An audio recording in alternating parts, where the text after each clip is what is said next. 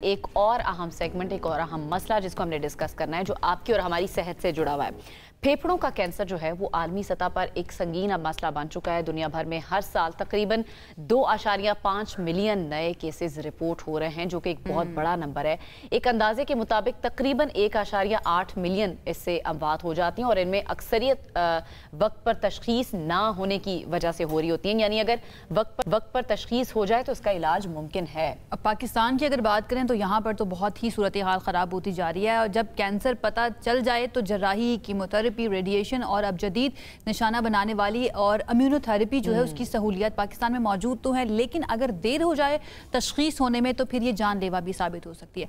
अब ये महीना जो है नवंबर का, ये मनाया जाता है लंग कैंसर की अवेयरनेस के लिए। इसी सिलसिले में हमने सोचा कि आज इस सेगमेंट को हम तरतीब देते हैं और इस पर बात करने के लिए हमारे साथ मौजूद हैं डॉक्टर मुर्तज़ा काज़मी साहब, जो कि पल्मोनोलॉजिस्ट हैं। उनको वेलकम करते हैं।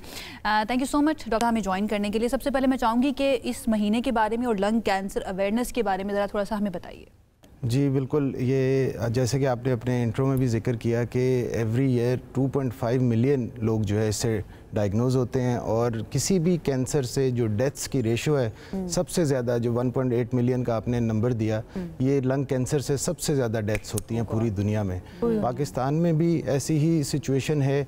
पाकिस्तान में 3rd मोस्ट कॉमन कैंसर जो है वो लंग कैंसर है और अनफॉर्चुनेटली हमारे पास जो पेशेंट आते हैं वो बहुत लेट स्टेज पर आते हैं, जिसकी वजह से सर्वाइवल में इतनी ज़्यादा कामयाबी नहीं होती। तो ये लंग कैंसर अवेयरनेस मंथ मनाने का मकसद जो है वो ये है कि लोगों को ये अवेयरनेस दी जाए कि अर्ली स्टेज पे किस तरह से आया जा सकता है, क्या रिस्क फैक्टर्स हैं, कौन लोग जो हैं उनको स्क्रीनिंग करानी चाहिए, चेक कराना चाहिए, और इसके डायग्नोसिस और ट्रीटमेंट के बारे में जो मिसकंसेप्शंस हैं लोगों के जहनों में उनको दूर किया। अच्छा डॉक्टर साहब ये बता दें फिर कि जल्दी अगर टेस्ट करा लिए जाएं तो फिर क्या इसकी तशखीस मुमकिन है? जो इसकी अलामात हैं क्या वो ज़ाहिर होना शुरू हो जाती हैं पहले? जी, जो अर्ली स्टेज लंग कैंसर है वो मेजॉरिटी केसेस में कोई सिम्टम्स नहीं दे रहा होता और यही एक हमारे लिए मेडिकल में, साइंस में भी चैलेंज है, क्योंकि हम पेशेंट्स को कोई सिम्टम बेस्ड अवेयरनेस नहीं दे सकते अर्ली स्टेज के लिए। तो अर्ली स्टेज के लिए इसीलिए पूरी दुनिया में अब लंग कैंसर स्क्रीनिंग प्रोग्राम जो हैं वो इंट्रोड्यूस हो चुके हैं। पाकिस्तान में भी इस पर हम लोग काम कर रहे हैं और आहिस्ता आहिस्ता मुख्तलिफ शहरों में कैंसर स्क्रीनिंग प्रोग्राम आ रहे हैं। अभी लास्ट मंथ जैसे गुजरा ब्रेस्ट कैंसर अवेयरनेस का, अभी आप देखते हैं कि ब्रेस्ट कैंसर की स्क्रीनिंग जो है वो एक वाइडली एक्सेप्टेड टूल है और उसी वजह से ब्रेस्ट कैंसर के सर्वाइवल बहुत बेहतर हुआ। इसी तरह लंग कैंसर में जो लोग रिस्क पर हैं, स्पेशली जो स्मोकर्स हैं, जो जिनकी हैवी स्मोकिंग हिस्ट्री है और वो एज ब्रैकेट 45 to 70 ईयर्स में आते हैं, तो उन लोगों को ज़रूर अपना लंग कैंसर स्क्रीनिंग चेक कराना चाहिए, जो कि एक low dose CT scan. Definitely बहुत वल्नरेबल तो वो लोग ज़्यादा ही होंगे जो कि स्मोकिंग करते हैं, लेकिन क्या सिर्फ स्मोकिंग ही लंग कैंसर की वजह है? क्योंकि अब अगर हम अपने इर्द गिर्द देखें, हमारा माहौल भी इस तरह का हो चुका है कि स्मोक की वजह से बहुत ही आबो हवा ख़राब रहती है। AQI इंडेक्स में हमें पता है, स्पेशली लाहौर की अगर हम बात करें वो तो बहुत ही ऊपर है, पहले या दूसरी सिटी में आता है। तो आपको लगता है कि सिर्फ स्मोकिंग या इसके अलावा भी अवामिल हैं? जी बिल्कुल, स्मोकिंग तो मोस्ट कॉमन और मेजर फैक्टर है लंग कैंसर डेवलपमेंट में, लेकिन इसके अलावा और भी रिस्क फैक्टर्स हैं, जैसे कि एयर पॉल्यूटेंट्स, बहुत ज़्यादा पॉल्यूटेंट एरिया में आप रहते हैं तो अच्छा बिल्कुल, स्मोकिंग तो एक फैक्टर है ही, लेकिन स्मोकिंग की तरह के और भी एलिमेंट्स हैं जो इसके साथ जुड़े हुए हैं। जैसे नौजवान जो है वो शीशे का इस्तेमाल कर रहे हैं या ई-सिगरेट्स का इस्तेमाल कर रहे हैं, वो कितना नुकसानदेह है सेहत के लिए? जी बिल्कुल, ये मिसकंसेप्शन है। वेपिंग इज़ नॉट हार्मलेस, ये मैं बहुत क्लियर मैसेज देना चाहता हूँ। देखिए, सिगरेट भी निकोटीन डिलीवर कर रहा है बॉडी में और वेपिंग भी यही कर रही है। डिलीवरी मेथड फ़र्क है। सिगरेट में टबैको है जिसमें बहुत सारे कैंसर, जिसको हम कार्सिनोजेंस कहते हैं, जो कैंसर करने वाले केमिकल्स होते हैं, वो जा रहे होते हैं।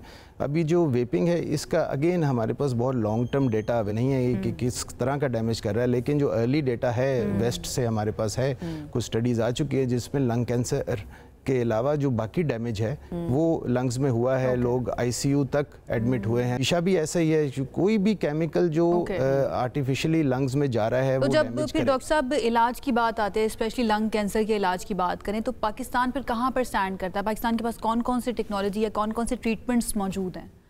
देखिए, पाकिस्तान में बहुत सारे ट्रीटमेंट कैंसर के अवेलेबल हैं और पिछले एक डेकेड में तो नई दवाइयाँ जो दुनिया में इंट्रोड्यूस हुई हैं उसमें काफ़ी सारी पाकिस्तान में आ चुकी हैं। तो जनरली तो मैं यही मैसेज दूंगा कि देखिए, ट्रीटमेंट अवेलेबल है हमारे पास, सर्जरी की मोडालिटीज़ अवेलेबल हैं, कीमोथेरेपी, रेडियोथेरेपी की डिफरेंट मोडालिटीज़ हैं, जिसमें साइबर नाइफ से लेके आप पूरी रेडिकल रेडियोथेरेपी तक अवेलेबल है। उसके अलावा इम्यूनोथेरेपी जो एक नया ट्रीटमेंट है, रिलेटिवली नया ट्रीटमेंट है दुनिया में, उसकी भी दवाइयाँ मौजूद हैं। फिर हम टारगेटेड ट्रीटमेंट की बात करते हैं, अब वो भी पाकिस्तान में ऐसी दवाइयाँ मौजूद हैं। तो इसके बेसिक मैसेज ये है कि अगर आप सही रास्ते पे सही जगह पहुंच जाएं तो फिर आपका ट्रीटमेंट भी है। तो लेकिन डॉक्टर साहब, कुछ लोग जो सिगरेट छोड़ना चाहते हैं लेकिन वो कहते हैं कि छोड़ी जाती नहीं है, ये आदत इस तरह से आपकी बन जाती है, सिगरेट छोड़ने के लिए फिर वो कहते हैं कि ई सिगरेट्स पे चले, हम शिफ्ट हो जाते हैं, आहिस्ता आहिस्ता हमें निकोटीन को जो आदत है वो ख़त्म हो जाएगी। क्या ये सही तरीका है?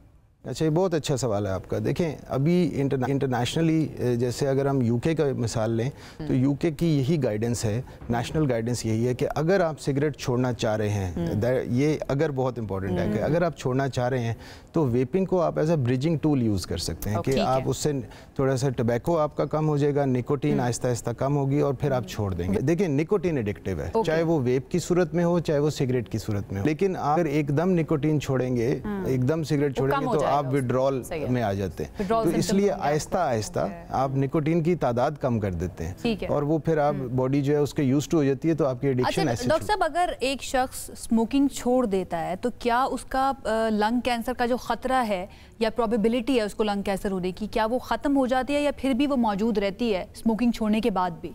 देखिए, इसमें दो पॉइंट मैं बड़े इंपॉर्टेंट मेंशन करना चाहूँगा। एक तो ये कि स्मोकिंग छोड़ने, जैसे ही आप स्मोकिंग छोड़ते हैं आपके लंग्स रिकवरी मोड में आना शुरू हो जाते हैं, तो बहुत सारी बेहतरियाँ तो आना शुरू हो जाती हैं, लेकिन जो लंग कैंसर का रिस्क है वो 15 ईयर्स तक एटलीस्ट रहता है। ठीक है, तो इसलिए जिसने स्मोकिंग छोड़ दी है वो भी उसको अपनी हेल्थ के चेक रखना है, उसको ज़रूरी अपने स्कैन्स जो कराने। दूसरा पॉइंट ये है कि नॉन स्मोकर्स को भी लंग कैंसर हो सकता है। ठीक है, तो बड़ी तादाद स्मोकर्स में है। पैसिव स्मोकर हो सकते हैं, एयर पोल्यूशन की वजह से हो सकते हैं, कोई फैमिली हिस्ट्री हो उसकी वजह से भी हो सकते हैं।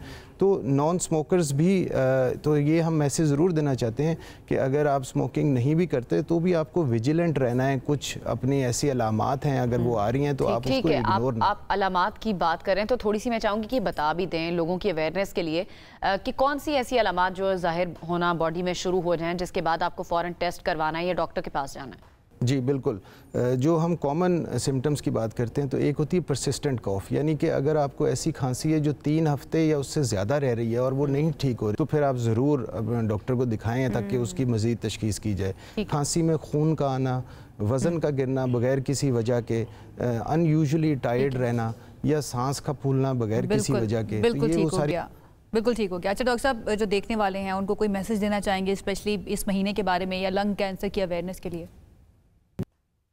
जी बिल्कुल, इसमें सबसे इम्पॉर्टेंट बात यह है कि अगर आप स्मोकर हैं और आपको कोई भी सिम्टम नहीं है, आप कहते हैं मुझे खांसी या कोई सांस की बीमारी नहीं है, फिर भी आप रिस्क पर हैं, तो आपको उसी स्टेज पे लंग कैंसर स्क्रीनिंग करानी है, जिसको जो कि लो डोज सीटी स्कैन है। उसकी radiation 1/10 of the normal CT scan है, तो बहुत ही लो डोज है। वो आप एक स्कैन कराएंगे। अच्छा डॉक्टर साहब, इन लाइन में चाहूँगी कि आप बता दें कि गवर्नमेंट लेवल पर कुछ इस पर काम हो रहा है, क्योंकि हमने जिस तरह शुरू में इंट्रो में भी बात की, जो आदाद शुमार हैं दुनिया भर के तो हैं ही, लेकिन पाकिस्तान के जो आदाद शुमार है जिन जो लोग इफेक्ट हो रहे हैं वो बहुत ज़्यादा है। तो गवर्नमेंट की सतह पर कुछ काम हो रहा है? देखिए, इस पे तो लॉज बने हैं जो पब्लिक एरिया में स्मोकिंग पे दुनिया में भी हैं, पाकिस्तान में भी ये लॉ तो बने हैं। लॉ की इम्प्लीमेंटेशन इम्पॉर्टेंट है। उस पे आई एम श्योर कि गवर्नमेंट के इदारे कुछ ना कुछ सोच रहे होंगे, I am not privy to that, लेकिन लॉ तो है पब्लिक एरिया में स्मोकिंग जो है वो, ताकि जो दूसरे लोग स्मोक नहीं करते उनको पैसिव स्मोकिंग का एक्सपोजर ना हो। मतलब और यहाँ पर भी यही स्टोरी है, हम ये कह सकते हैं कि लॉज मौजूद है लेकिन इम्प्लीमेंटेशन नहीं है, और ये लॉज भी आम लोग जो हैं, हम लोगों की सेहत के लिए मौजूद है और हम अपनी सेहत के लिए जो लॉज बने उनके ऊपर इम्प्लीमेंट नहीं करते हैं। बहरहाल बहुत शुक्रिया डॉक्टर मुर्तज़ा काज़मी हमारे साथ मौजूद है। इंपॉर्टेंट मैसेज जो है ना वो ये है इस पूरे सेगमेंट का कि जनाब अगर आप स्मोकर हैं तो कोशिश करें स्मोकिंग छोड़ दें। स्मोकिंग छोड़ने के लिए भी बहुत सारे तरीके जो है ना वो मार्केट के अंदर अवेलेबल है, उनको इस्तेमाल करके आप छोड़ सकते हैं। और अगर आप नहीं छोड़ रहे हैं तो फिर कुछ नहीं हो सकता। 2.5 मिलियन हर साल जो है ना वो सामने आते हैं। अगर आप नहीं छोड़ रहे हैं, अपनी आदतें नहीं छोड़नी, लेकिन किसी के साथ बैठ के स्मोकिंग ना करें, आप उसको भी उतना ही इफेक्ट करें जो स्मोकिंग बेचारा कर या बेचारी कर ही नहीं रही। अपना तो बेड़ा गर्क करें, साथ में